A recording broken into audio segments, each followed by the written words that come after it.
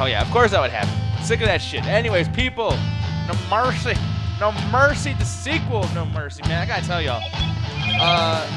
Hello, Moto. I don't know what the fuck happened there, but no, people, I did not like this show a whole lot either, but it certainly wasn't as bad as last night. We were right, hoping. Like, it was not as bad as last night at all. That shit was rough last night. I still got a fucking headache.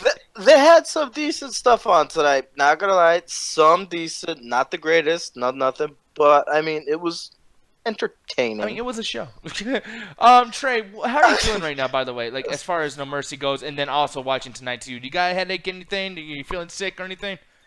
No Mercy still sucks, but this show was actually okay. Yeah. Yeah. Did you see that coming, by the way? Because I know we brought it up at the end, and I forget if you agreed with us that you thought that tonight was going to be good or not. But, like, yeah, what do you feel about? Like, did you think that this was going to happen or not? I don't think it was good. I just think it was okay, but I wasn't on the whole, like, oh, man, just because the PvP sucked, the next time was going to be better. It was okay. And by okay, I mean, like, if I want to compare it to No Mercy on a scale, it's like a tiny speck on the on the scale of being okay. Okay, well then shit. Because, like, for me, I hated last night so much that, like, this show was literally 3 times as good, 4 times as good, in my opinion. And even if it's not that great, still, it's fucking a huge fucking leap, man. I'm going to start off right away from the very beginning here. Rest in peace, Kurt Hawkins. Just kidding. He didn't really die. Blah, blah, blah. Yeah, funny joke about that. No, fuck that. He might as well done died, man. So, here's Holy the thing. shit. When you first saw him come out, dude, did you feel like Braun Strowman was going to be the guy to come out and beat him or whatever? Because I did not see that coming at all. Nope. That shit came from left fucking field. Oh, no, that shit was amazing, y'all. Like, he brutalized the fuck out of him, man. And I gotta tell you, dude, this is one of the cooler moments of the show. And then even a cool moment for Dean Ambrose, too. But I'm gonna show this real quick, because you guys gotta see this fucking thing. I love that Dean Ambrose comes out, and he's like, God damn. Look at Kurt Hawkins. Right to the... I did not know Braun Strowman was that fast. I did not know he was that fast. Hey, man, some of these big guys can fucking run. Yeah, that shit was incredible, man. I fucking, like, if you look I'm not finished with you yet! Dude, look at Braun Strowman, like, Kurt Hawkins like, oh, fuck, no. Kurt Hawkins like, I hope my paycheck is good now. Oh, it was amazing, dude. And I'm looking over here, too, like, the choke slam and stuff, like, right away. No build-up with the building up the table and playing it together and everything. I did not know that there was going to be a table there in the first place. And the fact that he was so strong looking down at him like a big fucking monstrous giant. I mean, that shit was so fucking awesome. And one of the better moments of Kurt Hawkins in a while. Like, I know that he was the one losing and getting his ass kicked and the whole thing, but it takes a good person behind the scenes to accept that, yes, I'm going to be just this plaything. I'm going to be a fucking ragdoll. You know what I mean? Like, this human body's put on the line here. And Braun Strowman, I mean, he put him through the fucking Titantron. You know what I mean? I'm going to show this real quick, too. And they've been doing this a lot lately. But this whole fucking thing. Attitude error confirmed. Attitude error confirmed, what Trey would say. Boom! Shit was badass. Man, you know how normally he throws him and then the fucking thing is just swaying? Mm-hmm. This motherfucker's like, no, man, we give up. Yeah, that shit was awesome. Trey, what'd you? Oh, wait, Trey's muted. But No, I'm here. Oh, okay. No, but what'd you feel about that, man? Like about Braun Strowman doing that shit? It was cool. A way to take out his frustrations and anger and all that. I mean, I enjoyed it as a beginning. I thought, was I hype? No, but was it cool? Yeah. Yeah, no, this was Trey here. He's like, oh God, bad Raw. Like, yeah, I mean, I had such a good time with that scene, dude. I did not see that fucking coming at all. Now, moving on from that, the Shield. Now, I like that the shielding didn't really happen. I was kind of bummed that it didn't happen when Roman Reigns was being attacked by both fucking, all of the Miztourage. And Miz was just, like, venomous tonight, dude. Like, when the way he was, like, hammering the fuck out of Roman Reigns, it reminded me of, like, heel Stone Cold Steve Austin. Like, that shit was nice. Yeah, like, especially when he was going against The Rock. Yeah, like, well, remember when Stone Cold, like, a few weeks after that, when he joined Triple H and they did that fucking thing against Lita and the Hardy Boys? The power trip? Yeah, like, that shit, like, I'm going to show this on screen really quick because the shit was so fucking badass and a little awful, too. But I'm going to show y'all really quick. This is what I'm talking about over here. When Stone Cold just, bam, fucking just... Do you know what's funny? I just rewatched this the other day. Yeah, this shit was amazing. And look how, I mean, it was so violent, dude. I mean, there's parts, you look in the eyes of Stone Cold, and it's like, dude, what happened to you? Like, it was kind of sad to see crazy Stone Cold like this because he was a hero just a month before this. He's beating the fuck out of Lita. God damn, dude. But the thing is about Stone Cold is that it's also great to see him like that too, only because he had that I give no fucks character like the entire time, you know. But now, like since he was a heel, he took that shit to a new level. Yeah, I mean, and Triple H doing this shit too. It's like these guys are just going to work. I mean, it looked like a mugging, and he's choking out Lita with the chair, you know, and then bam, right in the throat. Like, man, just fucking that bitch up, man. I mean, yeah, this is amazing. And one more thing, you know, since I'm on here already, I never get to talk about this. But this show over here, he's dragging her by the fucking hair, and then Stone Cold just looks up at her and just like says, "Hey, bitch, fuck you." Bow, damn, man. Like fucking Stone Cold's like my spirit animal at times with that fucking finger, bro. Like, I don't you just love that? You just go up to this guy, fuck you, and then stun her. And then to a woman who is knocked the fuck out and defenseless and was just trying to help her fucking boyfriend because she loves him so much. It was something so brutal, so horror movie, so Negan or Freddy Krueger about it. Like, it was Man, fucked fuck that. That shit's Ramsey Bolton status right there. that shit was brutal as hell. That motherfucking Ramsey Snow. Oh, man. It was amazing. And tonight, The Miz did that with Roman Reigns, man. Like, I gotta tell you, this is PG era, and I know, like, you know, once again, Attitude Era confirmed, dude, but this shit was cool as shit. I mean, I got nothing else to really say about them trying to find the video. Did any of you guys see this article or something floating around saying that Vince is just, like, contemplating of turning everything back to TV 14, or was that just bullshit? I know, I've seen that too. I've seen Bleacher Report, like, posts about that. I've seen that, you know, kind of surface around the dirt sheets, which could be incorrect, by the way, too. I mean, most of the shit around the dirt sheets never really happened, but it's one of those things that you have to consider because they were cool with showing images from last time when Cesaro lost his teeth. They were able to talk about. Did you hear what happened with that shit? No, what happened? Because I didn't even know. I was asking. He didn't lose that teeth. It went up into his fucking jaw. What, Mick Foley style? No, Yeah. like the teeth went in. Ooh, oh my god. They went into his fucking gum, into his jaw. Ooh. Like to the point where they might have to pull that shit out. Who do you feel like was responsible for that? Because I don't know where it happened.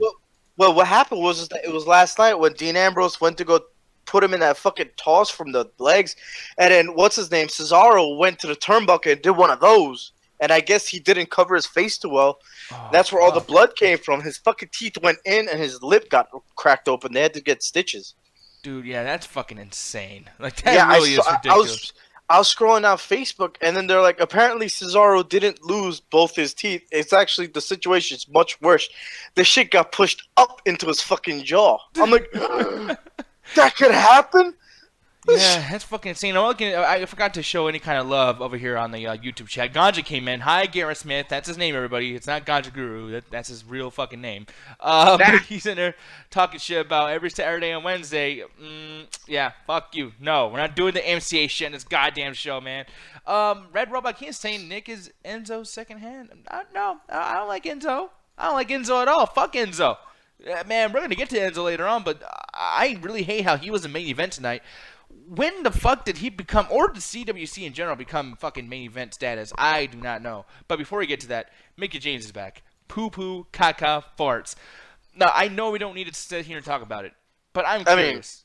I mean, y'all could talk about it. I fast-forwarded it. Trey, you know, if that special someone was here, you know, Mr. Anthony Wilson Jr., he would love the fact that Mickie James is back doing her thing. What do you feel about Mickie James right now, and do you feel like can you take her seriously at this point? Because I can't. Mickie James's promo tonight with Alexa Bliss was pretty great. I'm not gonna front. The back and forth they had tonight, I actually kind of enjoyed, but I don't take it seriously because of the way WWE has been booking her for as long as she's been back on the main roster. I mean, obviously, this is going to lead up to Alexa Bliss versus Asuka. So even though it was enjoyable tonight, we know inevitable-wise that Alexa Bliss is going to beat Mickie James, and then it's going to end up being Asuka versus Alexa Bliss. Yeah, I can see that happening. I'm just I'm just not digging the whole thing. I'm not digging. Man, Nick we all James. know how that shit's gonna end up. Asuka's gonna come, TLC, she's gonna she's not gonna fight Alexa because she's just showing up, but she's definitely gonna show her mark at fucking TLC and then beat her at fucking Survivor Well, Series. let me ask you this though. Yo. Do you feel, and just in general, like this is not just about the Divas division, but I'm curious. Do you feel like it was a bad idea to tell people exactly when Asuka's coming back? Because I thought, Stupid. It was fucking retarded, just Yeah. like how they did it with Batista a couple years ago. yeah, it was dumb in my opinion. Because here's the thing, I was watching this with somebody, a family member. I'm fucking stupid. No, but I was watching with somebody, and the thing is, when I was watching this show, I was like hyped the whole time. I was like, oh shit, like fucking Asuka's gonna be here. Like this is the moment, you know. Alexa Bliss is in the ring by herself. Everyone else has a match tonight. There's only one thing left to happen. You know, Asuka's gonna show up, and I was on the edge of my seat that whole promo, not giving a fuck about Bliss and what she was saying. Then Mickey James comes out, and then the person I was watching it with, she was like, oh yeah, they did promo earlier. Asuka's definitely gonna come like in a month or now. I'm like, dude, are you fucking kidding me? Like, I was so hyped, and this promo was so good, just knowing that Asuka's hovering. Asuka might be coming up. Are you gonna see the Asuka signal in the fucking sky? Like, I'm fucking curious what's gonna happen. And no signal. It was a calendar in the sky saying, "I'll see your ass in a month." Like, bullshit, man. You know what? The one thing I always hate is these fucking these dates for these superstars. Yeah. You want to know what was the beautiful, like to this day, most beautiful return? Judgment Day 2000, Undertaker's I return. love you. I was gonna say the same shit. No one fucking saw that shit coming. He comes in with a goddamn motorcycle. Look at those, Yeah. pun intended, badass. Yeah. No. And good it just music. fucking cleans out the whole fucking place. No nothing. And then No date. Same example though. Same example. You know a bad Undertaker return? It was at fucking Royal Rumble 3 years afterwards, and Brock Lesnar won, and we're like, the Phenom's coming back, and everybody was like, oh my God, it's a dead man. No, came back. You're gonna pay.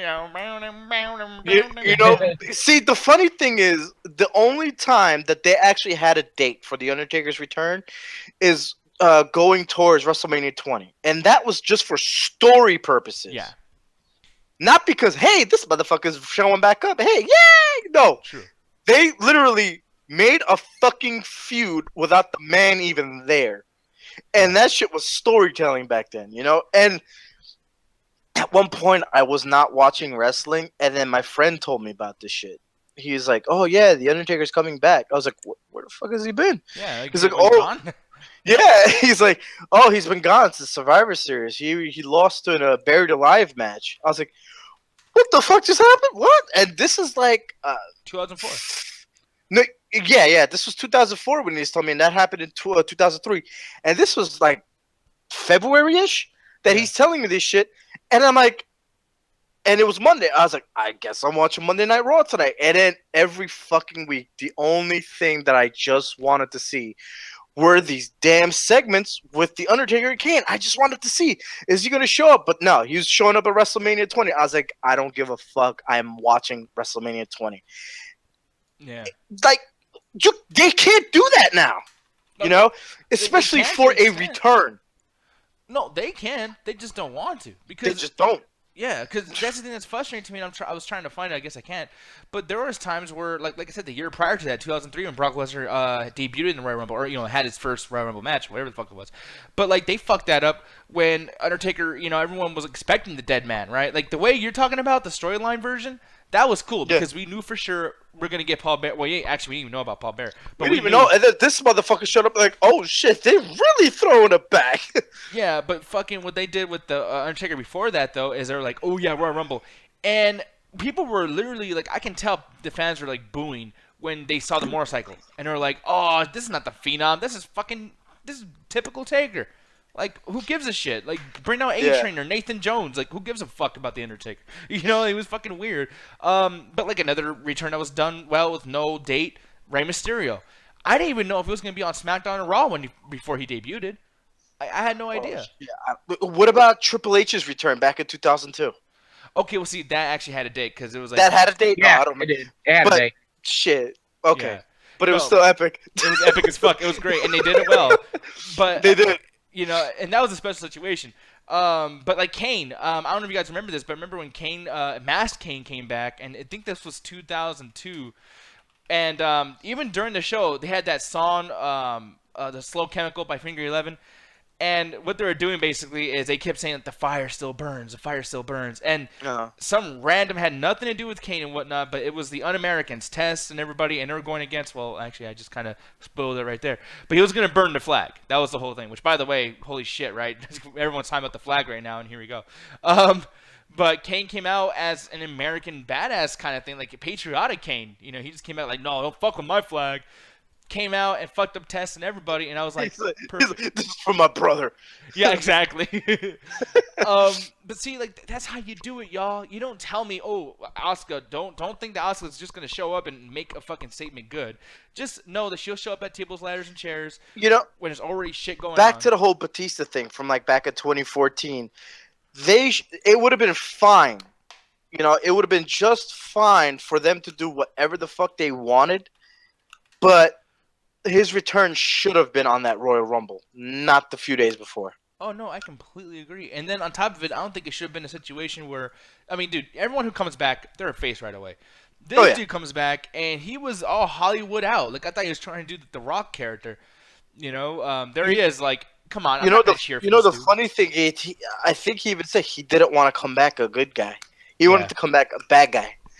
I'm like, yeah, that'd have been great. Sense. Yeah, it would have made perfect sense. Because guess what happened? They turned him fucking bad. Yeah. Man, I like by the way, I mean we're just on topic as fuck today. I mean even in the YouTube chat, he's saying Mickey James is a hot MILF training bra. I was like, he ain't wrong. Yeah, I'm just kind of like, what the fuck? Weird as shit. And then Trey's trying to instigate you. Man, fuck that flex and chill shit. Yeah, they're gonna get mad at you for that. That's all y'all.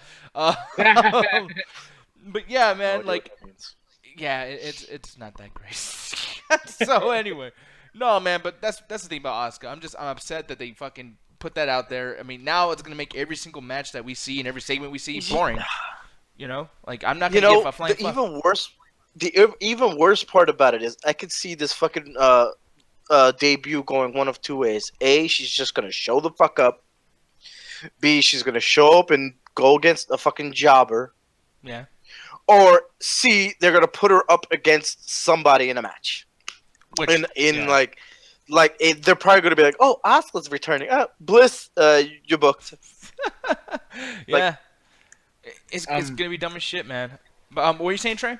And I also want to point out that they did this with Nakamura, where they introduced, like they said, he was gonna appear, and what kept pissing me off is they kept playing the commercials over and over and over again. And yes, I'm just Knacklash. Yeah. Yes, and I'm just as sick of the Asuka commercials right now as I was with Nakamura commercials.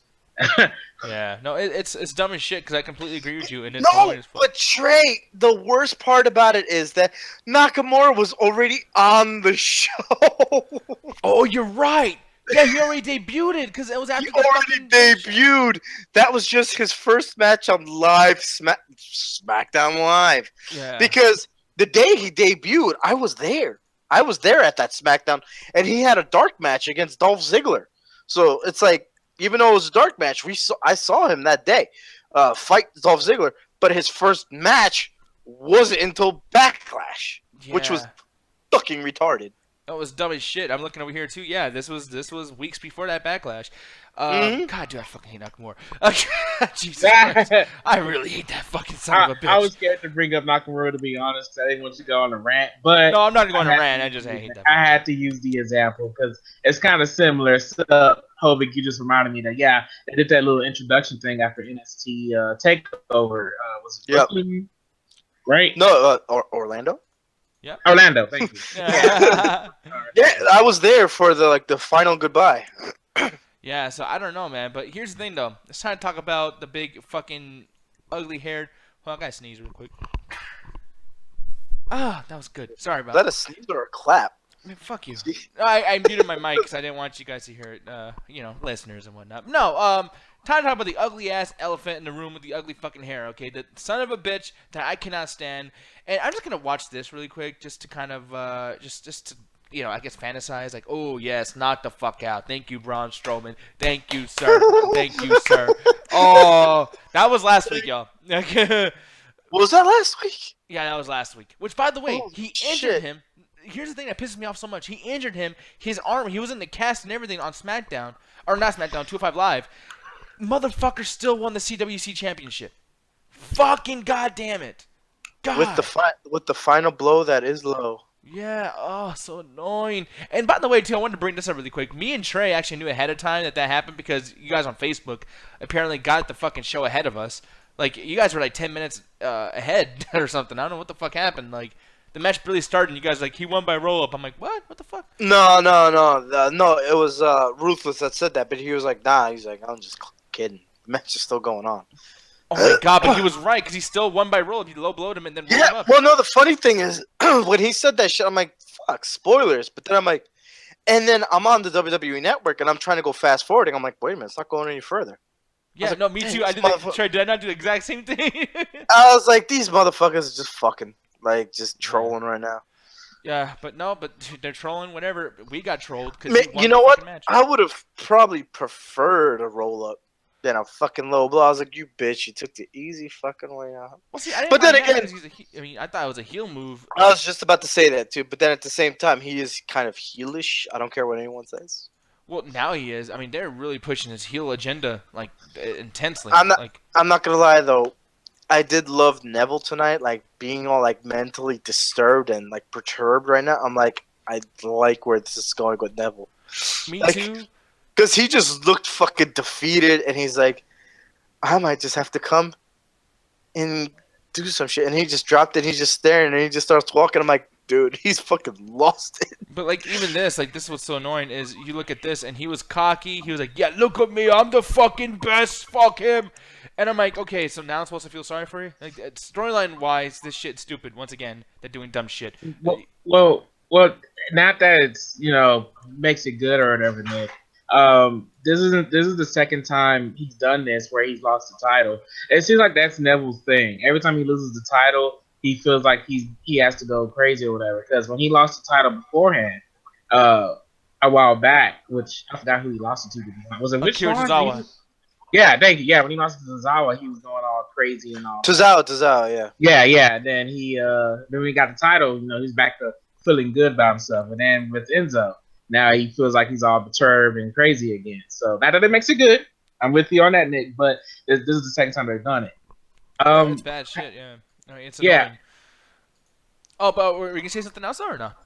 Yeah, I was. However, I thought this segment was probably one of the best segments of the night. It's a pipe bomb, right?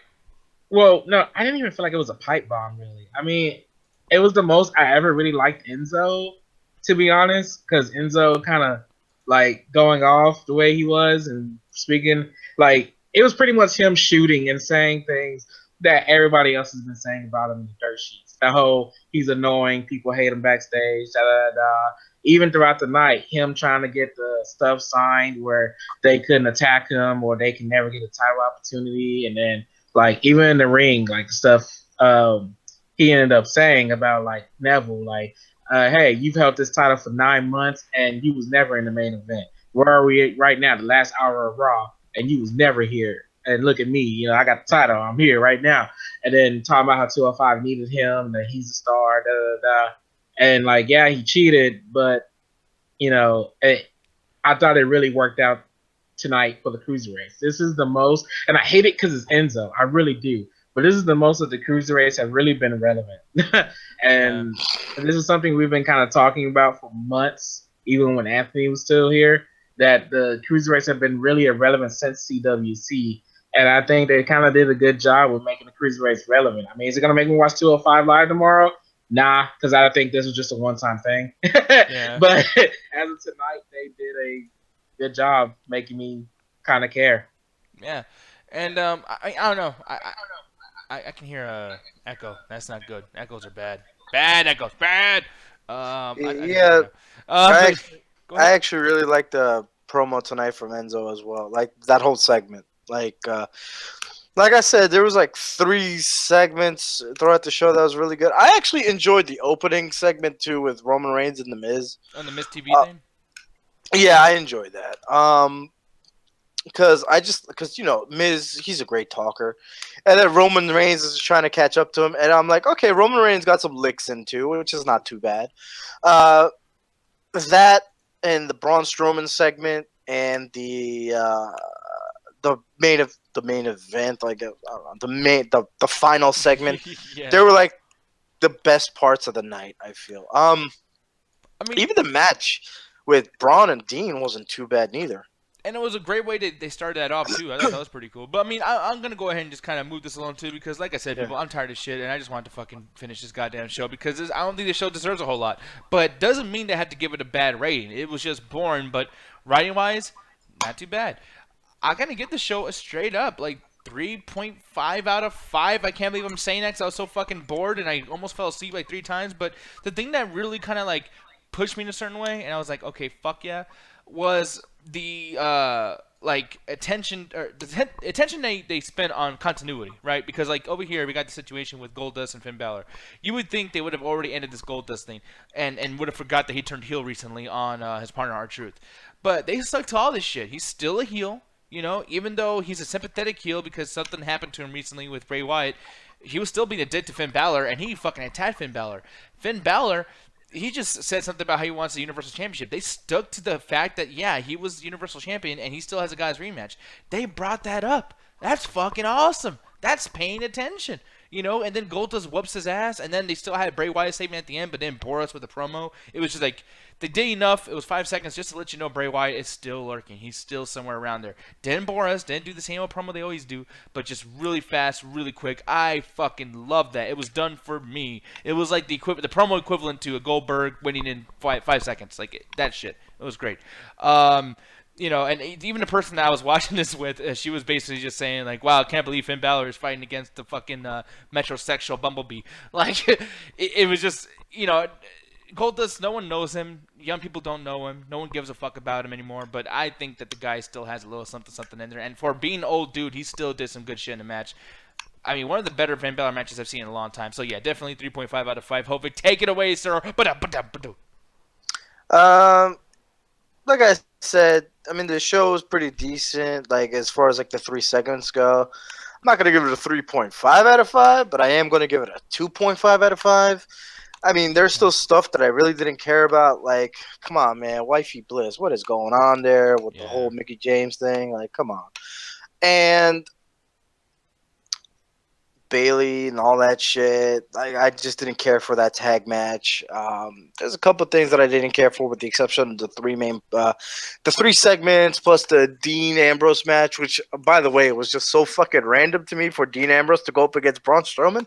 I was like, you have got to be fucking insane. But then I think it was Corey Graves just like saying, yeah, making a lunatic choice. Just look at who fucking Dean Ambrose is. I was like, got a fucking point, my dude. His character. And then Seth Rollins came back and told him, hey, dude, we're partners, but that shit was stupid as fuck. Yeah.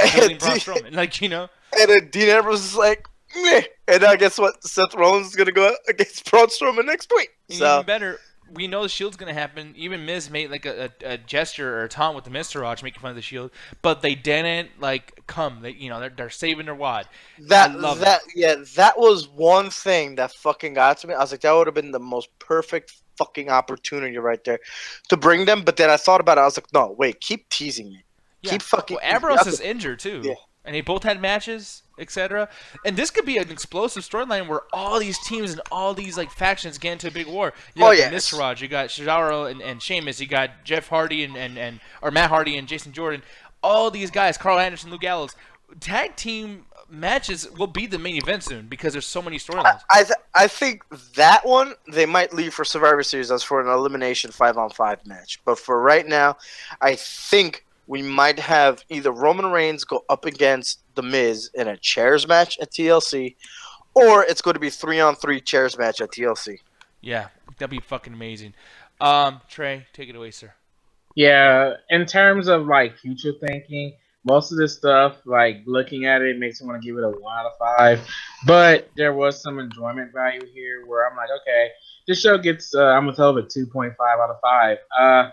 A few things I did enjoy. I enjoyed the post Roman Reigns beat up by Miz, especially because I thought Roman Reigns was gonna no sell it like he no sold those 4 FUs yesterday, which was also gonna really piss me off. But oh well, the Alexa Bliss Mickey James stuff I enjoyed because it was kind of Mickey James responding back to Raw Talk, which is rare, I guess, because when Talking Smack was a thing, that's something we saw all the time. And then it's like, oh well, they actually bring in Raw Talk in this. Alexa Bliss was talking crap about Mickey James on Raw Talk, and they took it to the ring and they got a match beat down, but it wasn't even a match beat down. It was a post promo beat down. I enjoyed that. I thought that was pretty cool. And I think the third thing I enjoyed was the cruiserweight thing. Like I said, this is the most I've ever cared about the cruiserweights for the longest time since the CWC. I said I didn't care about them anymore. Tonight made me care about him. And then, like I said, I hate that it was freaking Enzo Amore of all people. But he shined tonight. Neville shined tonight. I was impressed. So, yeah, those were 3 things I kind of really enjoyed tonight that made me want to give it a 2.5 out of 5. Other than that, match-wise, I guess I can say the best match of the night was I got to choose Roman versus Miz. And that's, like, the only match I think I really... Go ahead. No, because big thing here, too, Miz selling that Superman punch. Like, man, that's how you fucking wrestle. God damn it. Like, I went back and watched that John Cena thing, dude, and you're talking about when he didn't, like, Roman Reigns didn't sell the FU and everything. The thing is like, there's really nothing to sell in that fucking move, especially when, like, John Cena's tired, lazy ass is falling on top of you, too, on top of it. Like, the way you're supposed to do the attitude adjustment is, like, you throw him over your fucking, like, shoulder, and then you move out of the way, and then you go for the cover. John Cena had to do that fucking, like, oh, I'm already all tired version of it. So, yeah, he can't even sell. Fucking Roman Reigns, he did the Superman punch, one of the easiest moves to sell. Have you ever been punched in the face and then you fall on your ass? It's really easy. Anyone can teach each other how to do that. It's physics. Just think about ever getting hit by a door or something. Like, what the fuck? And he couldn't even do that. He couldn't even fucking do that. Like, that drives me fucking up the wall. It's weird because, for one, Nick, this morning on Bleacher Report, they actually kind of agree with that whole Cena not really selling the Superman punch thing. But at the same time, Cena was carrying Reigns a lot of it in the match, I feel. And it was just still a bad match all around. I just feel like it falls on both of them. Like, I don't think Cena no-selling the Superman punch is the only thing that made it bad. I just felt like Cena wasn't all the way there, and then Cena's trying to carry Reigns, which is like, okay, if you're not all the way there, then this match doesn't need to happen. Like, You're doing a match too early. That should have been a WrestleMania thing. Then again, like I said, we were going to wait to see how it goes because AJ Styles and Cena should have been at WrestleMania, I mean. And, ended up being fantastic. But this was a cluster. And it almost pissed me off more because Roman Reigns, I know he sucks. We all agree that he is trash. But I've seen him have great matches with somebody else. Like, Braun Strowman is a great character, but he's not a great wrestler. And him and Reigns had a great fucking match. Actually, 3 great matches. I loved all those matches where they went against each other. He's like, I'm not finished with you. And he's fucking breaking vehicles and shit. It was awesome. But John Cena, dude, he can do better. I've seen him have great matches with CM Punk, Money in the Bank 2011, AJ Styles 3 fucking times, even The Rock that first time they wrestled, Chris Jericho, Kurt Angle. Like, dude, John Cena's done some good shit. What the fuck happened last night? What the fuck? He didn't want to do it. That's how I feel. That's not fair. People paid their fucking money. That's not cool. Yeah, it's not cool. I agree with that. It's like it was just bad all around. Like, a lot of my coworkers when I came to work today thought that I was just mad because Cena lost or whatever. Even though I told everybody weeks in advance that Roman's gonna win. I just want a good match from him. And no, I told him straight up, like, oh man, you just mad that Cena lost. I was like, no, it's just that I wanted a good match between the two. Like, yeah, I knew Roman was going to win. You guys can look at my Facebook post. You can watch me on the Ringside Hangouts every Monday and Tuesday to see me talk about how I knew Roman was going to win this match. It's not our match Cena lost. It's just that the match quality between Cena and Reigns, and I've seen them have good matches. Even though I don't like Roman, I can admit when he has good matches, it's the fact that they did not perform 100% to their abilities. They hyped this up as a like WrestleMania match, that they had these similar careers and everything. Where was that in the ring? That it was non-existent in the ring yesterday, and that's what pissed me off about it. And this is something too that I've seen a lot with John Cena lately. This is like something that's kind of like going like continual. His match with The Miz was one of the worst Miz matches I've seen in a while at WrestleMania. That shit was bad. I know Nikki Bella and Maurice Render, but whatever. But then on top of that, John Cena came back and did the Rusev thing. Oh, and then John Cena versus Baron Corbin, which was like 5 seconds.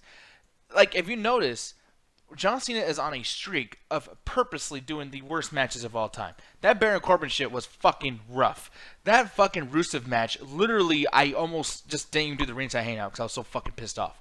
I was like, dude, I'm not gonna watch this fucking show anymore. I was which Rusev match? The fucking flag. flagpole? Yeah, at Battleground. I swear to God, dude, I've seen what's his fucking what's that guy's name with the 2x4? Oh, Hacksaw Jim Duggan. Yeah, I've seen Hacksaw Jim Duggan do a better fucking flag match. I've seen Sergeant Slaughter do fucking more work in the ring than John Cena and Rusev that night. And then I was like, okay, fuck Rusev too. But then he goes and has a great match with Randy Orton. And doing great stuff on SmackDown. I can't wait to see what Rusev's going to do next. John Cena, man. And then, did you watch Raw Talk last night, Trey? Yeah, I caught what I wanted to see. I saw the Alexa Bliss, and I watched the John Cena one. Yeah, I saw that shit too. So, what do you guys, before we go, I'll start with Hovig, actually. Like, what do you feel about John Cena basically somewhat teasing and giving non-answers to this whole retirement thing? Because obviously he's not going to retire. But what do you feel that bitch is making that Michael Bay money right now. Yeah. You know, like I think he kind of even said it. Like, you know, he's like, I'm pushing 40 right now. I've been doing this for 15 years straight and shit. Which I kind of see exactly where he's coming from, because a lot of the guys, you know, at one point their bodies are going to be beat to shred. You know, they're going to be shredded. So I really don't see Cena be still with the WWE, at least competing for another maybe less than 5 years. Yeah, okay, I see what you mean. Trey, what about you, man? What do you feel about John Cena and what he said in response to everyone saying that? Yeah, I was actually gonna say this part. I feel like the stuff he said was, for one, needed, and also to the point of like the match qualities he's had lately. This is him really needing to take this break, more of an extended break than anything. Like, I don't even want to see this guy for the next year, I think, because he needs it. Because in terms of match qualities, the last few matches he's had, especially this Roman one that was supposed to be the big deal, he just hasn't cared. Like, I think he's really lost his love for the business, I feel. Even yesterday's match is where I really felt it. Like, yeah, he's just not all the way here. And he, you know, I think he needs to go to Hollywood and do whatever he needs to do, and then come back later on and then see if he can even get in the ropes again. He put on a fantastic match, because now we're not getting that from Cena. We're not getting the big match John that everybody keeps calling him. You know, because everybody calls him Big Match John for the most part, because you know that's what he's used to doing. Besides the fact, you know, Swartz making fun of him, but you know, he's used to having these good matches that he's having, and now they're all lackluster. They're like Fs. You know, the Bleacher Report gave the match with Roman Reigns a C+. You know, the problem right now with Cena is that there's nothing for them to give him. That's the biggest problem right now. So it's like, yeah, they gave him the whole thing with Roman Reigns, but that shit, you could have saved that for WrestleMania. You know, you could have saved that. You could have built it a lot more further, because they only have, maybe 3 weeks to build this fucking match? Maybe 4? Yeah. The whole shit, Nick, like you mentioned, the whole thing with Rusev, what was that, at fucking Battleground or whatever the fuck it was that had that match? In July, yeah. Not to mention that they didn't even think about having that fucking match on 4th of July, which was SmackDown Live. But I digress. But yeah, they don't. I really don't think they have anything for him, because a lot of the roster is already booked in storylines. You know what I mean? Like at this point right now, it's Baron Corbin, and Ty Dillinger Baron against. Corbin. It's Baron Corbin and Ty Dillinger versus AJ Styles. You got Kevin Owens and Shane McMahon. You got Roman Reigns with the fucking Miz. You got Braun Strowman who just fucking hates everything, and then you still have you got Bray and Finn, and then you got Seth and Dean with everyone. Like, what else can you give him right now? So I think it's like the perfect time for him to just go away for a bit. Yeah. Do some Hollywood shit or whatever the hell. Like, pull the Rock. Just come back. A modernized version of Hollywood Rock. And here's the thing. People, before we end, we're just going to leave this on one more opinion. Something we're going to get deep, okay? Because this is an emotional situation, okay? So we'll get deep. And Red Rob Akin says, John is just too slow because of Nikki. So that's great. And with that said, people, that's going to be it for us tonight. Thank you all for watching. Don't watch any more Raw, though. That shit's really rough. But, people, we are out of here. Trey, fuck Anime Night, by the way. We'll talk about that some other day. Yeah, but I'm going to go watch the Bullet Club Invasion. I'll see you guys later. But 1, 2, 3, you guys know what. Attack the chat. Of course. We still live, man. You're about to go off and go watch the Bullet Club Invade. Yeah, I was about to leave. I was like, attack the chat. Attack the chat. Attack the chat. Yeah, man. Attack Nikki Bella. That's what John Cena's doing, Attack apparently. that ass. And make Attack it slow. Attack that shit. Oh, shit.